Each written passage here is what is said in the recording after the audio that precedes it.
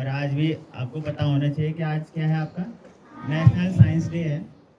और क्यों मनाते हैं, किस लिए मनाते हैं, बहुत टाइम से मनाते आ रहे हैं, ये सबको पता है कि क्यों मनाते हैं। लेकिन ये होता है कि हमें साइंस डे के दिन हम क्या कर सकते हैं। मनाने के लिए तो बहुत स्कूलों में मना रहे हैं, लेकिन हम उसके लिए क्या कर सकते हैं और क्या हम इसको बहुत अच्छे से सेलिब्रेट कर सकते हैं, ये खुद आप सबका आपका विषय है, सब्जेक्ट है साइंस। तो आपको ये होना चाहिए कि हमें क्या करना है।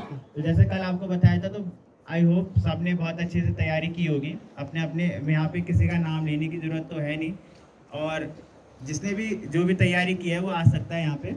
और थोड़ा सा चर्चा करेंगे इसमें कि साइंस डे है तो क्यों मनाया जाता है। तो आपके ही एक साइंटिस्ट हुए हैं, आपने भी पढ़ा होगा, सर सीवी रमन, और जिन्होंने एक खोज की थी जिसका रमन इफेक्ट के नाम से जो जाना जाता है, या फिर रमन प्रभाव बोलते हैं। ठीक है, तो रमन प्रभाव की जो खोज हुई थी वो सीवी रमन ने 28 फरवरी और 1928 को की थी। ठीक है, तो जो साइंस डे मनाया जाता है, अगर हम किसी अन्य दिवस की बात करें जैसे गांधी जयंती है या अदर्स है, शहीद दिवस है, तो ये किसी न किसी के जन्मदिन पे या फिर मृत्यु दिवस पे मनाया जाता है। लेकिन न तो आज सीवी रमन जी का जन्म हुआ था और ना ही उनकी कोई पुण्यतिथि थी, लेकिन आज के दिन पे उन्होंने ऐसी खोज की थी जिनका नाम पूरे ऑल ओवर वर्ल्ड में लिया जाता है, और इस खोज के लिए उनको नोबेल प्राइज मिला गया था। और वो फर्स्ट पहले ऐसे व्यक्ति थे, साइंटिस्ट थे, जो एशियाई थे कि जिनको नोबेल प्राइज मिला है, वो भी विज्ञान के क्षेत्र में और फिजिक्स के क्षेत्र में। तो पहले व्यक्ति ये ख्याति प्राप्त हुई, और इतनी बड़ी ये उपलब्धि थी भारत के लिए नहीं, पूरे वर्ल्ड के लिए, कि जो रमन प्रभाव था, बहुत सारे साइंटिस्ट वर्क कर रहे थे, लेकिन जो उपलब्धि मिली थी वो सीवी रमन को मिली है। और उन्हीं के इस उपलब्धि को याद करने के लिए इस दिन पे हम क्या करते हैं, नेशनल साइंस डे मनाते हैं। और शुरुआत की बात करें तो 1986 में भारत सरकार ने ये घोषणा की थी कि बच्चों में जागरूकता फैलाने के लिए, यानी साइंस के प्रति उनकी रुचि बढ़े और वो अपने क्या करें, साइंस के प्रति बच्चों में रुचि हो और वो इस साइंस को अपने साथ लेके जाएं। विज्ञान, क्योंकि विज्ञान एक सिर्फ विषय नहीं है, विज्ञान जो है वो हमारी डेली लाइफ में यूज होने वाला एक विषय है। हमारे सोना, खाना, पीना, हंसना, रोना, चिल्लाना, दौड़ना, भागना, सब में क्या है, आपका विज्ञान है। और विज्ञान हमारे जन्म से शुरू हो जाता है और जो अंत है वहाँ तक आपका विज्ञान चलता है आपके साथ साथ। तो आपके हर चीज़ में जो है विज्ञान है। तो बच्चों में विज्ञान के प्रति रुचि हो, वो अच्छी जो है इनोवेशंस करें, उनका अपना एक अलग ही सोच हो। इसलिए क्या किया जाता है कि नेशनल साइंस डे एक थीम, हर साल एक थीम रखी जाती है। तो 1986 में एक प्रस्ताव रखा गया था, भारत सरकार ने घोषणा की थी कि हर साल क्या मनाया जाएगा, विज्ञान दिवस मनाया जाएगा। और 1987 पहला 28 फरवरी 1987 को पहला विज्ञान दिवस मनाया गया था। और ये स्कूलों से शुरुआत हुई थी, और अभी बहुत जगह जैसे बड़े बड़े अगर आपके विद्यालय हैं, महाविद्यालय हैं, वहाँ पे आज के दिन बहुत अच्छे अच्छे प्रोग्राम होते हैं। ठीक है, तो सीवी रमन जी ने बहुत अच्छा रमन इफेक्ट के बारे में बताया था। अगर रमन इफेक्ट की बात करूँ तो जैसे अब हमारे जैसे हमने बहुत सारे रंग दिख रहे हैं, हमें इसी स्कूल में भी बहुत सारे रंग दिख रहे हैं, अगल बगल हमें बहुत सारे रंग दिखते हैं। ठीक है, तो जो ये रंग हैं, हर एक रंग की क्या होती है, अपनी एक वेवलेंथ होती है। ठीक है, तरंगदैर्घ्य होती है, और जो रंग जिसकी वेवलेंथ जैसी होगी हमें वो रंग वैसे दिखाई देता है।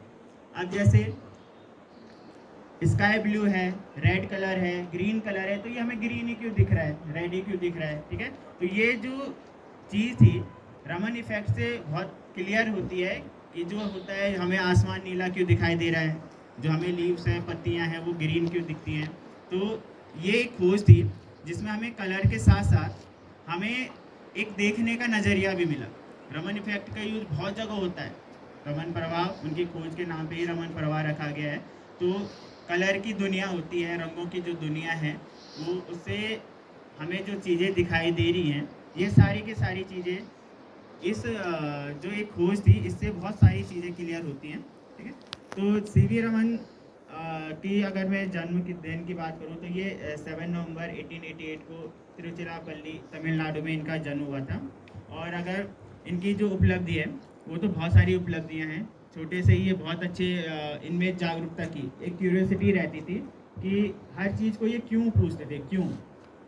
और अगर आप साइंस पढ़ते हैं तो साइंस भी बोलता है कि साइंस विज्ञान एक ऐसा विषय है जहाँ पे आपके क्वेश्चन मार्क उठते हैं, यानी कि क्यों, क्या, कैसे, कब, ये सब क्या होता है आप पढ़ते हैं तो विज्ञान में ये आप उस निष्कर्ष पे पहुँचते हैं। अगर आप क्यों सोचते हैं कोई बात का, अगर आप क्यों सोचते हैं तो आपको वो ढूंढने के लिए आपको क्या होती है, वो आप ढूंढते हैं। और अगर आप ढूंढेंगे तो आप एक निष्कर्ष पे पहुंचते हैं। और यही विज्ञान है कि आपको एक खोज करना ही आपकी एक विज्ञान होता है। और खोज करना हर किसी विद्यार्थी का जीवन में होना चाहिए और होता भी है। क्योंकि अगर आप विद्यालय में आते हैं और कोई नई चीज़ सीखना है आपको, और जब तक आप उसको क्वेश्चन नहीं करते हैं, आप उसके बारे में आप पूछते नहीं हैं कि ये चीज़ क्यों है, कैसे है और क्यों हुई, तब तक आप सीख नहीं सकते हो। ठीक है, तो कहीं ना कहीं विज्ञान हमें ये बताता है कि अगर आपको कोई चीज़ सीखनी है तो आपको प्रश्न पूछना चाहिए, और प्रश्न पूछेंगे तभी आप उसके निष्कर्ष पे पहुंचते हैं। और इसके साथ साथ अगर हम बात करते हैं 2026 की थीम है कि नवाचार, यानी कि हमारी जो विज्ञान और प्रौद्योगिकी है उसको हम एक इनोवेशंस के वे में कैसे यूज करें। इनोवेशंस होता है आप किसी चीज़ को खोजते हैं और वो चीज़ आपको किस हद तक आप उसके पीछे उस चीज़ को खोजने के लिए आप उस पर कितना निर्भर होते हैं, आप उसको खोजने में आप कितना उसको उस चीज़ पे काम करते हैं, यही आपका विज्ञान होता है। और इस बार की थीम यही है कि आप किसी चीज़ को इनोवेट करने के लिए हम अपनी डेली लाइफ में विज्ञान का कैसा यूज़ कर सकते हैं, कैसे हम विज्ञान को इस्तेमाल कर सकते हैं। तो यहाँ पे बहुत सारी ऐसी चीज़ें होती हैं कि हमें सोचने में मजबूर कर देते हैं। जैसे अभी आपको दिख रहा है ऊपर पूरा आसमान दिख रहा है, कौन से कलर का दिख रहा है? कभी सोचा आपने ये स्काई ब्लू क्यों दिखता है? और पढ़ाया भी जाता है, स्कूलों में पढ़ाया भी जाता है। सब बोलेंगे हाँ हमें समुद्र का कलर वो हो जाता है, रिफ्लेक्ट हो जाता है और इसके कारण हमें क्या दिखता है, स्काई ब्लू। लेकिन पानी का तो कोई कलर है ही नहीं, फिर ये नीला कैसे दिखाई देता है? सोचा किसी ने कभी? कोई बताएगा? अगर क्लास 11 हो गया तो जो ये चीज़ें थी, यही रमन इफेक्ट के बारे, यही रमन प्रभाव हमें बताता है कि जो कलर होते हैं वो हमें कैसे दिखाई देते हैं। और जैसे जैसे आप आगे की क्लासों में जाओगे, हायर क्लासों में जाओगे, आप इसको बहुत अच्छी तरह से पढ़ सकते हैं। ठीक है, आपके साथ बहुत सारे ऐसे अध्यापक भी हैं जो आपको मेरे से बहुत अच्छा बता सकते हैं। फिजिक्स वाले सर हैं यहाँ पे, वो इसके बारे में, रमन इफेक्ट के बारे में आपको बहुत बढ़िया बता सकते हैं कि कैसे ये चीज़ें वर्क करती हैं। ठीक है, तो एक छोटी सी बात है, जैसे वाइट लाइट पड़ती है, ये आपने पढ़ा भी होगा। जब वाइट लाइट पड़ती है तो डिस्पर्सन ऑफ लाइट पड़ा होगा, जब किसी प्लेन सरफेस पे पड़ती है तो वो आपके कितने कलर में स्प्लिट हो जाती है? 7 कलर में स्प्लिट हो जाती है। कौन कौन से कलर हैं? कोई बताएगा? सबको आता है, जिसको आता है वो उठ के ब्लू हो गया, ग्रीन हो गया, येलो हो गया और ऑरेंज हो गया, रेड हो गया। ठीक है, ये सारे कलर्स होते हैं।